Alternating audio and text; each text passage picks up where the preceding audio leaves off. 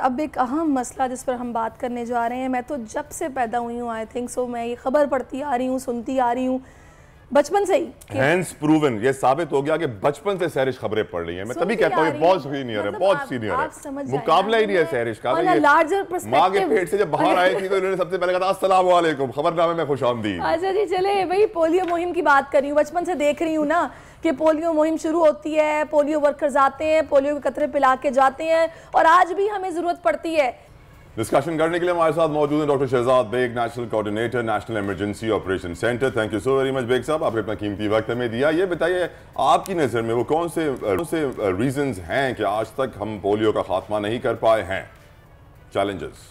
जी, जो हमने पाकिस्तान में स्वाय बन्नू और डेरा इस्माइल खान डिवीज़न के अलावा बाकी तमाम अजला से पोलियो का वायरस का खात्मा कर दिया है। इन दो अजला में वायरस अभी भी मौजूद है क्योंकि वहाँ हमारी पोलियो की कंपेन्स उस क्वालिटी की नहीं हो रही जितनी की होनी चाहिए। हर कंपेन में कम्युनिटी की रिफ्यूज़ल्स, डिमांड की वजह से रिफ्यूज़ल्स कर देते हैं कि हमें ब्रिज होगा, हमें सड़क होगी तो हम इसको वैक्सीनेट करेंगे। इसके अलावा हमारी पोलियो टीमों में ख़वातीन की मौजूदगी बहुत कम है उस इलाके में। सिक्योरिटी की सिचुएशन भी आपको पता है थोड़ी सी इनकन्सिस्टेंट है। तो इस तरह के चैलेंजेस हैं जिसकी वजह से वहाँ पे वैक्सीन की एक्सेप्टेंस उतनी नहीं है और हमारी क्वालिटी ऑफ कंपेन उतनी नहीं है कि हम वायरस का खात्मा कर तो डॉक्टर साहब, पेरेंट्स की काउंसलिंग के अलावा कोई ऐसा ठोस कदम नहीं है जो कि इन तमाम मसाइल के हल के लिए निकाला जाए और एटलीस्ट यहाँ पे प्रॉपरली ये कैंपेन चले और बच्चे बच्चे को कतरे पिलाए जाएं? जी, at the end of the day जब वैक्सीनेटर आपके घर जाता है और दस्तक देता है और आपको कहता है कि 0 से लेके 5 साल तक के बच्चों को आप कतरे पिलाने के लिए बाहर लेके आएँ या उनको प्रोड्यूस करें, तो उसके बाद ये वालिदैन के ऊपर होता है कि वो अपने बच्चों को कतरे पिलाते हैं कि नहीं, हम उनसे ज़बरदस्ती नहीं कर सकते। तो इसमें सबको, मजहबी रहनुमाओं को, कम्युनिटी लीडर्स को, इन्फ्लुएंसर को, सबको मिलके हम पूरी कोशिश करते हैं और माँ भी हमसे तावन कर रहे हैं और हम कोशिश कर रहे हैं कि इन्हीं पेरेंट्स की काउंसलिंग के लिए क्या किया जा रहा है इन इलाकों में? जी, हम वहाँ पे जिरगाज करते हैं, मीटिंग्स करते हैं उनके साथ। इसके अलावा हमारे सोशल मोबिलाइजर्स कैंपेन से पहले घर घर जाके जो वो हमारी मोबिलाइजर्स हैं वो ख़वातीन के साथ इंडिविजुअल सेशंस भी करती हैं। वो सारी एक्टिविटीज़ की जाती है जिससे हम कोशिश करें। इसी तरह जब लोग डिमांड रिफ्यूज़ल कर देते हैं तो उनके साथ भी डिस्ट्रिक्ट एडमिनिस्ट्रेशन के ज़रिए उनके साथ जिरगाज वगैरह किए जाते हैं कि हमको उनको कन्विंस कर सकें कि पोलियो कैंपेन जो है वो गवर्नमेंट से अपने दूसरे मुतालबे मनवाने का ज़रिया नहीं है। लेकिन डॉक्टर साहब, मैं ये सोचने पर मजबूर हूँ कि बलूचिस्तान जैसे इलाके में आप कह रहे हैं कि केसेस अब नहीं रहे, खात्मा हो चुका पोलियो का। सिंध के इलाकों में आप कह रहे हैं खात्मा हो चुका पोलियो का। KPK के कबायली इलाकों का आप 2 नाम ले रहे हैं जहाँ पर अभी पोलियो के केसेस रिपोर्ट हो रहे हैं। इतना पैसा लगाया जा रहा है, USAID अलग काम कर रहा है, फलां अलग काम कर रहा है, इतनी रिसोर्सेज यूज़ हो रही हैं, हम इन 2 इलाकों से पोलियो का खात्मा नहीं कर सके। काफ़ी ये शर्मिंदगी किसी की बात हो रही है, थोड़ी एम्बेरसमेंट हो रही है मुझे अंदर ही अंदर। जी, ये आप बिल्कुल ठीक कह रही हैं, बहुत चैलेंजिंग है और हमें ये भी याद रखना चाहिए कि इन इलाकों के साथ अफ़गानिस्तान की तरफ से नंगरहार डिस्ट्रिक्ट लगता है और इस दफ़ा जो 5 माहौलियाती नमूने वायरस आया है उनमें से 3 वायरसेस जो थे वो अफ़गानिस्तान से आए हैं। सो पाकिस्तान और अफ़गानिस्तान को एक साथ पोलियो का खात्मा करना पड़ेगा, वरना एक दूसरे की साइड से वायरस एक दूसरे की तरफ जाता रहेगा। सही। तो मेरा ख्याल है डॉक्टर साहब आप हमारे साथ ही हैं, डॉक्टर शहजाद बेग, और नेशनल कोऑर्डिनेटर हैं नेशनल इमरजेंसी ऑपरेशन सेंटर के। इसी टॉपिक पे हम मज़ीद भी बात करेंगे। मेरा ख्याल है एक ब्रेक ले लें। ब्रेक ले लें, बिल्कुल। अच्छा, अभी कंटिन्यू करते हैं डॉक्टर साहब, क्योंकि आई थिंक सो उनको कहीं जा रहे हैं, वो जाना भी होगा। तो डॉक्टर साहब मुझे ये बताएगा कि वैक्सीनेशन, ये जो पोलियो के कतरे हैं, इसकी अवेलेबिलिटी के हवाले से क्या सिचुएशन है? ये इजीली आप लोगों को अवेल्ड होती है या फिर इसके लिए आप लोगों को प्रॉब्लम्स फेस करने पड़ते हैं? जी, गवर्नमेंट ऑफ पाकिस्तान ये वैक्सीन जो है वो यूनिसेफ के ज़रिए प्रोक्योर करती है और जितनी हमने पोलियो कैंपेन्स प्लान की होती है उसके मुताबिक हम अपनी डिमांड भेजते हैं और ये वैक्सीन हमें अवेलेबल होती है।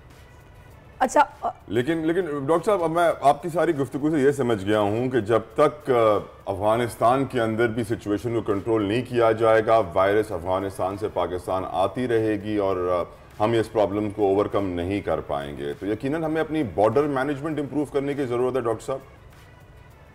जी, मैं ये कह रहा हूँ कि ये वन साइडेड नहीं है। देयर वाज ए टाइम जब अफगानिस्तान को हम वायरस अफगानिस्तान में वायरस पाकिस्तान से जाता था, जो दोनों तरफ से वायरस के एक दूसरे की तरफ जाने का उतना ही खतरा है। हम किसी एक को इल्ज़ाम नहीं दे सकते, लेकिन हमें ये अगर पाकिस्तान को और अफगानिस्तान को वायरस ख़त्म करना है तो ये दोनों जगह से एक साथ ख़त्म करना पड़ेगा। लेकिन हम सिर्फ वो कर सकते हैं जो हम पाकिस्तान में कर सकते हैं।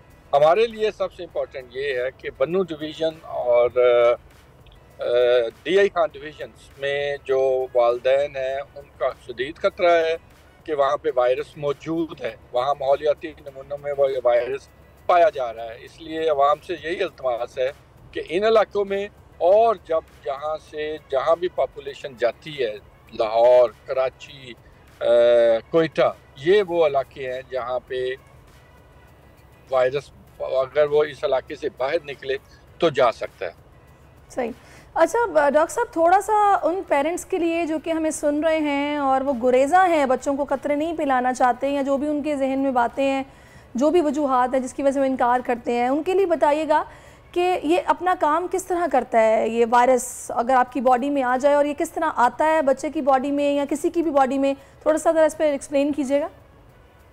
जी, ये वायरस जो है वो फुजले के ज़रिए खारिज होता है और मुंह के ज़रिए एक बच्चे में दाखिल होता है और उसके आंतों में जाके ये नशोनुमा पाता है और उसके बाद वो ब्लड के ज़रिए सर्कुलेशन में जाके उसके बाद नर्वस सिस्टम में जाके नर्व एंडिंग को डैमेज करता है।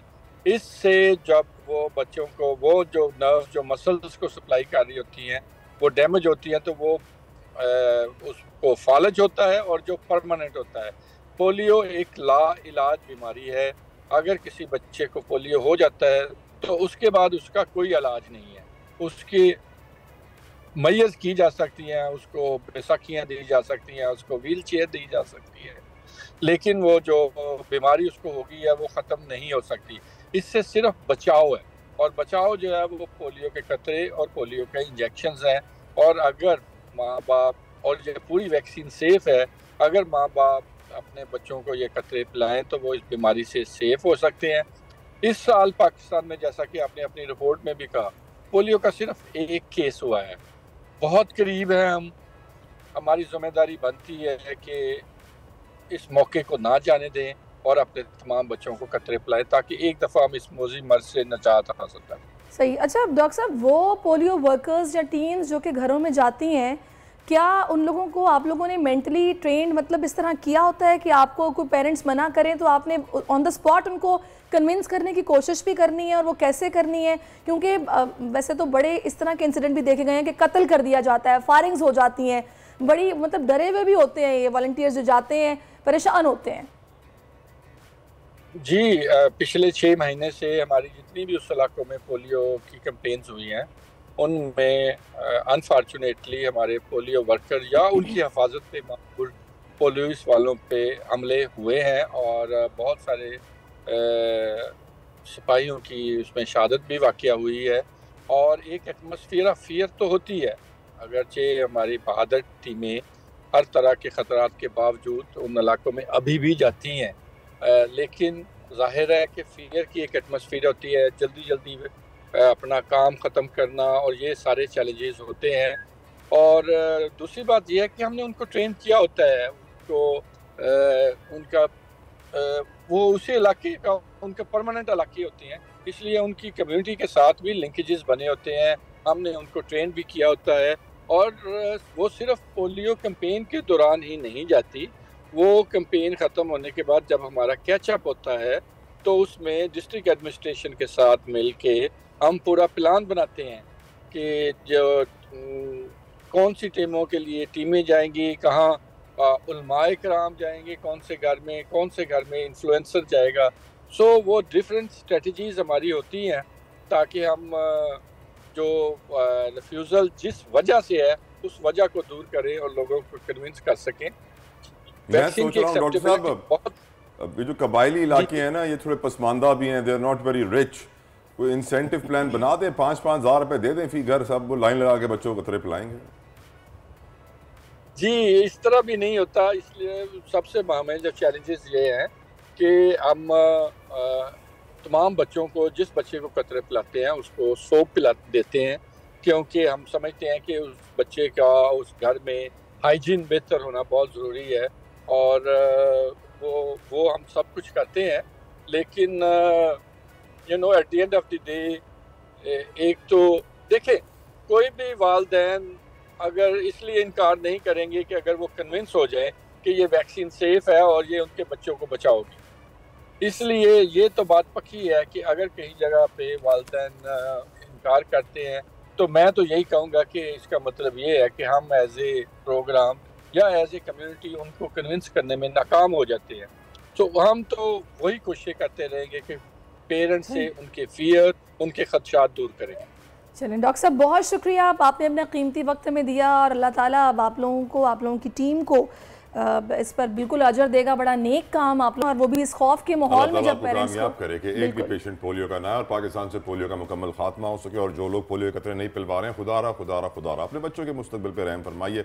स्पेशली जो कबायली इलाकों का जिक्र डॉक्टर साहब ने किया, आई थिंक खैबर एजेंसी कह रहे थे, बन्नू और डेरा इस्माइल खान है, डेरा कोई और होगा। लेकिन मैं अपील करता हूँ, प्लीज़ प्लीज़ प्लीज़ अपने बच्चों को पोलियो के कतरे ज़रूर पिलाइए।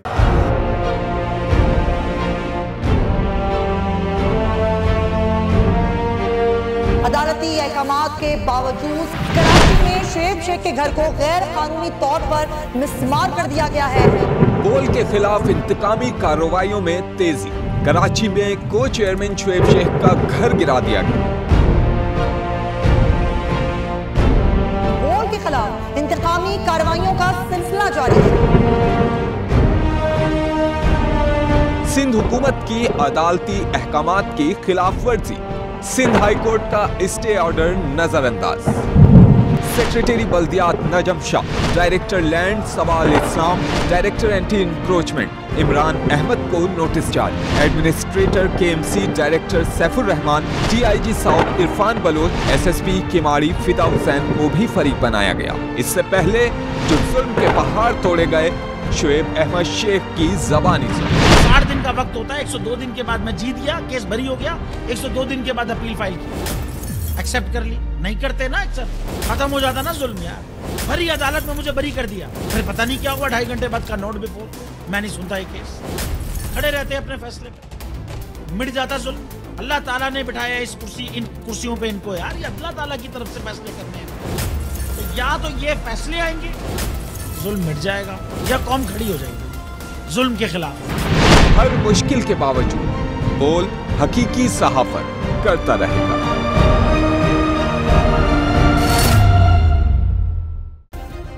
सब्सक्राइब करें और बेल दबाएं ताकि कोई खबर रह न जाए।